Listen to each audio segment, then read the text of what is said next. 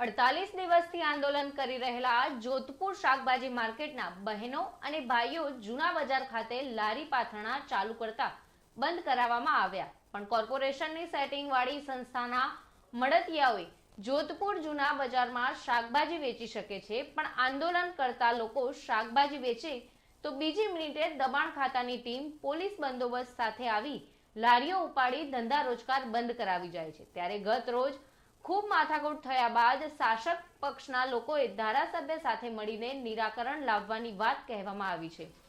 ત્યાં સુધી કોઈ જ લારી પાથરણા વિસ્તારમાં નહીં લાગે, છતાં આજે પણ સંસ્થાના લોકોની લારીઓ ચાલુ છે। બહેનો દ્વારા રૂબરૂ મુલાકાત કરીને ફરિયાદ કરવામાં આવી। ત્યાં મ્યુનિસિપલ કોર્પોરેશનના કર્મચારીઓ દ્વારા તમારા નોકર નથી કે તમારા કહેવાથી આવી જઈએ, આ છે સેટિંગ બાજ દક્ષિણ પશ્ચિમી ઝોન મ્યુનિસિપલ કોર્પોરેશન। દબાણ આવતા સંસ્થાવાળા લોકોને ફોન કરીને બગાડી દેવામાં આવે છે। આંદોલન માટે અન્ય જગ્યા ના ફાળવવામાં આવે ત્યાં સુધી ચાલુ રાખવામાં આવશે તેવી ચીમકીઓ ઉચ્ચારવામાં આવી રહી છે।